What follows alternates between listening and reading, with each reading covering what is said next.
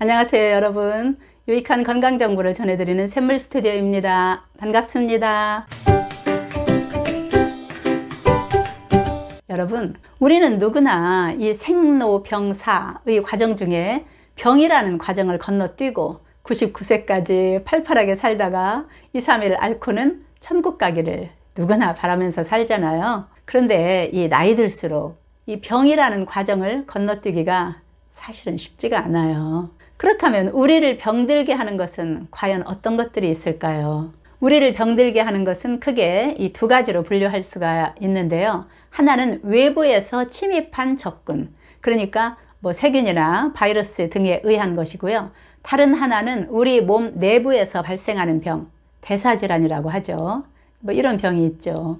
오늘은 이제 그 중에서 외부에서 침입해서 우리를 병들게 하는 것, 물론 여러 가지 원인이 많겠지만은 그 중에서도 가장 중요한 세균과 바이러스에 대해서 얘기해 보려고 해요. 세균과 바이러스의 차이점은 무엇이며 이것들이 우리를 어떻게 병들게 하는지 그 프로세스에 대해서 말씀을 드릴게요. 세균과 바이러스가 질병을 일으키는 대표적인 이 병원체인 건 다 아시잖아요. 근데 이 세균과 바이러스를 비슷한 것으로 알고 혼동해서 쓰고 계시는 분들이 많아요. 얘네들은 둘 다 질병을 일으킨다는 점에 있어서는 공통점이 있지만은 그 이외에는 전혀 다른 존재거든요. 그럼 어떻게 다른지 먼저 세균과 바이러스의 차이점을 알아볼까요? 우선 크기가 달라요. 세균이 바이러스보다 훨씬 더 커요. 물론 세균이나 바이러스의 종류에 따라서 이제 다르겠지만 일반적으로 세균이 바이러스보다 약 1000배 정도 크다고 보시면 돼요. 둘째, 세균은 스스로 먹이를 먹고 소화하고 흡수해서 자기 스스로 에너지와 단백질을 만들면서 생존을 해요.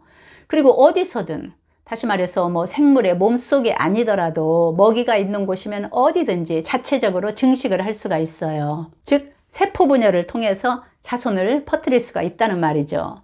그러니까 공기 중이든 땅속이든 물속이든 사람의 몸속이든 어디서든지 조건만 맞으면 살 수가 있는 거예요. 반면 이제 바이러스는 스스로 먹지도 못하고 따라서 소화도 시키지 못해요. 바이러스는 반드시 살아있는 생물체, 그러니까 사람이나 동물의 몸이라든가 또는 식물의 세포라든가 심지어는 작은 박테리아의 세포라든가 아무튼 살아있는 생물체의 세포 안으로 침투해서 그 세포의 DNA 또는 RNA를 이용함으로써 증식을 해요. 즉 자손을 퍼뜨리는 거예요. 그리고 그 증식 과정 중에 쉽게 이 변종을 발생시킴으로써 지들 나름대로 환경에 대응을 하는 것이죠. 바이러스가 이렇게 이용하는 생물을 숙주라고 하는데 바이러스는 숙주가 있어야만 생존과 증식을 할 수 있기 때문에 다른 생물에 의지하지 않으면 살아남을 수도 수를 늘릴 수도 없어요. 따라서 대기 중에서는 사실은 오래 살지를 못해요. 셋째, 이제 구조에서도 차이가 있어요. 세균은 그 자체가 하나의 세포로 이루어진 독립적인 이 생물이기 때문에 DNA와 RNA 뿐만 아니라 세포로서의 구조를 다 갖추고 있죠. 예를 들면 세포막, 세포벽, 핵, 소세포 기관 등등으로 이루어져 있는 반면에 바이러스의 구조는 훨씬 더 단순해요. DNA 또는 RNA라는 이 유전 물질을 단백질 막이 이렇게 둘러싸고 있는 단순한 구조로 이루어져 있어요. 따라서 세포라고 할 수도 없는 것이죠. 넷째, 병이 발생했을 때 치료 방법도 달라요. 세균은 하나의 세포로 이루어져 있기 때문에 증식을 못하도록 세포를 죽이면 돼요. 즉 항생제로 제거하면 되지만은 바이러스는 항생제로 죽일 수가 없어요. 바이러스는 숙주의 세포 안으로 들어가기 때문에 바이러스를 죽이려면은 세포까지 죽여야 하기 때문이죠. 그래서 바이러스에 의한 질환이 세균에 의한 질환보다 치료제를 개발하기가 훨씬 더 어려운 거예요. 바이러스를 죽이기 위해서는 백신을 이용해서 항체가 만들어지면은 이 항체가 바이러스를 잡아서 죽이게 되거든요. 그래서 우리가 백신, 즉 예방주사를 맞는 것은 거의 바이러스에 의한 감염을 예방하기 위한 것이에요. 다섯째, 세균과 바이러스가 우리 몸에 들어와서 질병을 일으키는 방법도 달라요. 세균과 바이러스는 둘 다 이제 병을 일으키는 병원체라고 하는 공통점이 있잖아요. 그러나 사실 세균은 생물체에 들어와서 살면서 병을 일으키기도 하지만 발효를 통해서 인간에게 도움을 주기도 하고 또 이제 부패를 통해서 생태계의 이 물질 순환에 중요한 역할을 하기도 하죠. 반대로 이 바이러스는 이로운 것보다 해로운 것이 더 많죠.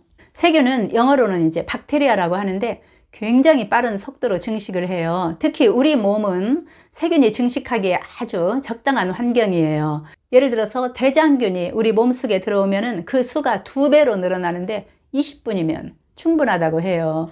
2마리가 4마리로, 8마리로, 16마리, 32마리, 64마리, 128마리 이렇게 2배씩 늘어나는 것을 이분법이라고 하는데 세균은 이분법으로 증식을 하는데 이렇게 증식한 세균은 우리 몸속의 혈액이나 조직을 이제 돌아다니면서 우리가 소화하고 흡수한 양분을 먹고 살아가는 거예요. 즉 우리 몸에 기생해서 살아가는 것이죠. 물론 모든 세균이 다 우리 몸에 해로운 것은 아니에요. 우리 몸에는 오히려 이제 유산균처럼 유익한 균도 많이 살고 있잖아요. 세균 중에서 질병을 일으키는 세균을 병원성 세균이라고 하는데 병원성 세균이 우리 몸에 들어오면은 우리 인체 조직을 손상시키기도 하고 정상적인 기능을 방해하거나 뭐 염증을 일으키게 되고 또는 이 세균을 물리치려고 과도하게 면역세포가 반응할 때 때로 우리 세포가 공격을 당하기도 하죠. 그리고 세균이 우리 몸에 있는 양분을 먹고 소화시킬 때 이 노폐물을 생산하기도 하고 독소가 발생함으로써 우리 세포를 파괴하기도 하죠. 또한 항생제를 사용해서 세포를 죽일 때 세균의 이 세포 벽이 파괴되는데 이때 세균 속에 있던 이 내독소라고 하는데 이 내독소를 분비하게 되거든요. 이 내독소가 우리 몸에 질병을 일으키기도 하고요. 그런데 이 바이러스는 세균과는 다른 방법으로 질병을 일으키게 되는데요. 일단 바이러스가 우리 몸에 들어오면은 우리 인체 세포 안으로 들어가서 세포의 에너지와 영양을 이용해서 스스로 이제 복제를 하게 되는데 복제된 바이러스에 그러니까 처음 들어온 바이러스의 자손들이죠. 한 개의 바이러스가 세포 안에서 복제될 때 한 개의 자손만 태어나는 것이 아니라 엄청나게 많은 수의 자손이 복제가 되는데 이렇게 탄생한 수많은 자손들은 세포를 이제 뚫고 밖으로 나오는데 이때 이용된 세포는 죽게 되죠. 이렇게 밖으로 나온 엄청난 수의 자손 세포는 또 옆에 세포들 안으로 들어가서 똑같은 복제가 이루어지기 때문에 수많은 세포가 바이러스의 복제에 이용되고 결국 죽게 되기 때문에 우리는 병이 날 수밖에 없는 거예요. 예전에는 세균에 의한 감염병이 더 많이 유행했는데 최근 들어서 유행하는 이 감염병은 주로 바이러스 때문이라고 해요. 정말 무서운 얘기죠. 세상에는 수많은 다양한 바이러스가 있기 때문에 바이러스의 복제 과정 역시 굉장히 다양해요. 바이러스에 대한 더 자세한 내용은 다음 영상에서 다시 이어서 말씀을 드릴게요. 어쩌면 인류 최대의 적이라고 할 수 있는 바이러스가 어느덧 우리 일상 속으로 들어와 버린 것 같아요. 세균과 바이러스의 공통점이 있어요. 세균이든 바이러스든 입자를 둘러싸고 있는 제일 바깥층은 지질 성분으로 되어 있는 경우가 대부분이거든요. 그러니까 지방 성분이라는 것이죠. 우리가 기름때를 없애기 위해서는 비누로 닦아야 하잖아요. 그런 것처럼 비누로 이 거품을 내어서 손을 씻으면은 세균이나 바이러스의 막이 파괴되기 때문에 손 씻기를 통해서 질병을 예방할 수가 있는 거예요. 제가 말하고 있는 지금 이 순간에도 세균과 바이러스는 우리 몸에 들어오려고 시시탐탐 노리고 있거든요. 개인위생 철저히 하시고 또 면역도 올려서 올겨울은 건강하게 지내시길 바래요.